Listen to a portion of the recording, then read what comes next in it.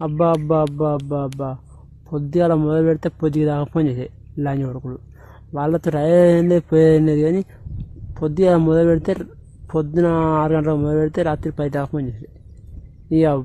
నేను number black మన బీటో అది టైములు పెట్టకుంటే తెలంగాణ ఫోన్ చేసేటట్టు లంచ్ కొడుకులు అవసరం